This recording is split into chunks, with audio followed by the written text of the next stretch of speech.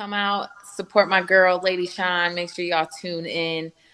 This is the champ, Alicia Baumgartner, coming through. Hey guys. Well. The IBF He's left the building. The IBF is gone to Richardson Hitchins. geezer with this name. Your first name could be your last, and your last could be your first, and your last could be your first, and your first could be your first. It's Confused Bill Dizzy. right. So, congratulations to Richardson Hitchins, who beats the former IBF super lightweight campeón del mundo. Su nombre es Leon Paro from out of Australia. Poor Liam. But this was my prediction tweet. Stand by.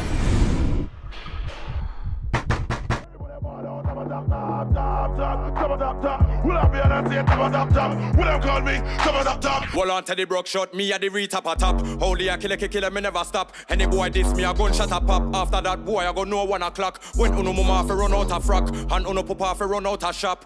Uno brother fi run out a flat. Don't make me tell them about 9 o'clock when you and your friend them can't find no glove. Me have a brand new machine and it just remap. Big up the shot of them, we know about that. There ain't nobody that can hold me back. I'm the wickedest you will, not ear pan track. Don't know so I'm the hot topic. Or the killer, so stop it. Anytime I put out my killing time CD, boy better go online and copy. Top, real money me a combat boy scene. Top, bumbo clocks. Top, no make me off a pop off scene. It was the weigh-in, like as I said in my tweet. It was very telling of how big again how big Hitchins is. Very big junior welter. Over like 5'10", long, rangy, built that he could easily fight. He'll be going up to 154 easily. 73 4-inch reach, just like Bud Crawford, who he had a freakishly long reach for his size when he moved up to super lightweight. He started off at 73. When he got to super lightweight, I think he was 74, and there he has stayed. So, most of the super welters are junior middles are like with that reach. So he's got crazy long reach. So that just suggests that you've got a lot more that you can fill out. So I knew when I saw Paro's just the smaller geezer. I was rooting for Paro. Loved his Subriel Matias job that he done on him.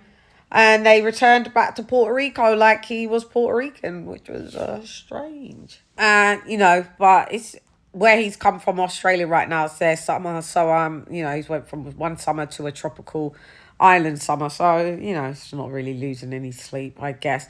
But basically, Richardson Hitchins did exactly what I said. Stuck that jab in his face. I didn't have Hitchins looking too well for the first 3-4. Was it the first 3-4 rounds? And then all of a sudden, tides changed because Richardson Hitchins is just boring. Very pure boxer. Very single shot. That's what he was throwing.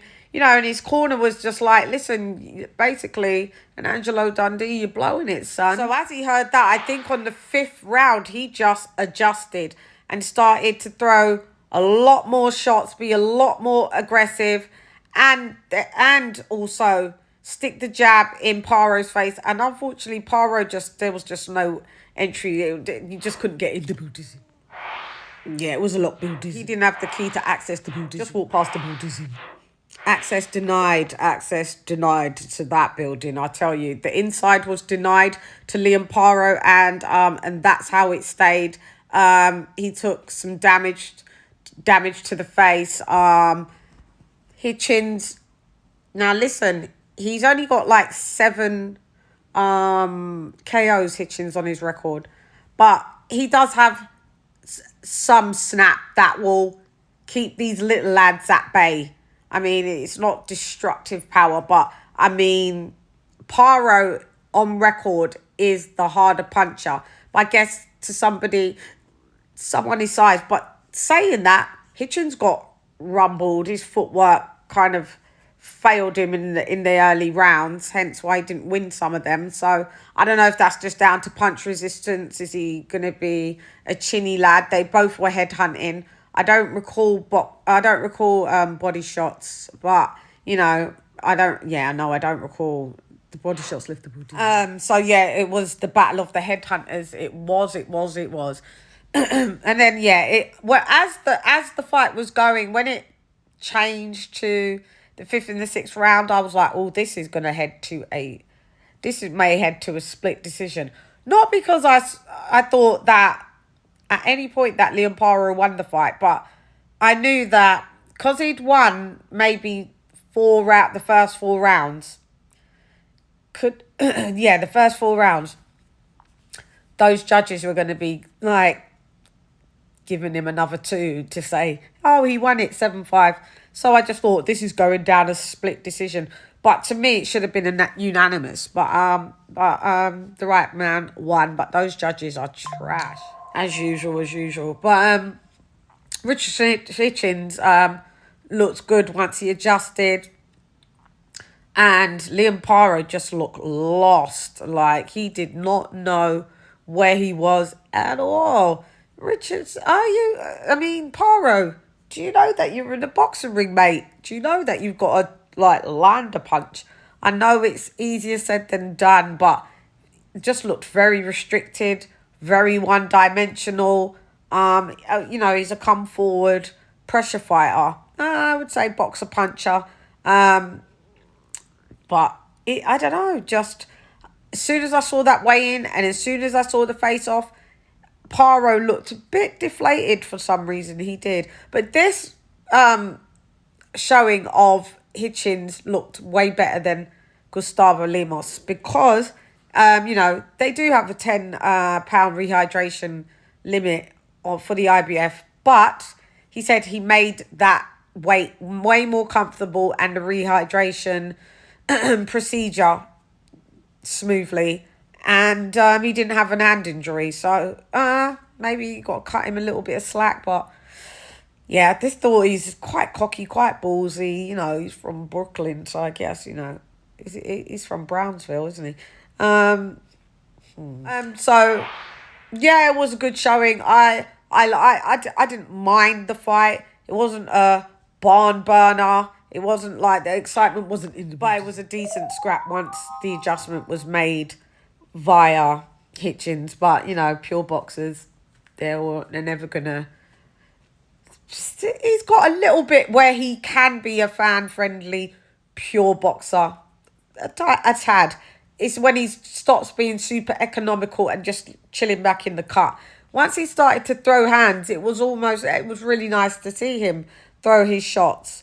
But really and truly, in the end, you could just put up the output, keep that jab in your smaller guy's face. I mean, these guys, they stay down these smaller weights, boiling down because, like I said, they'd rather be the big fish in a little pond.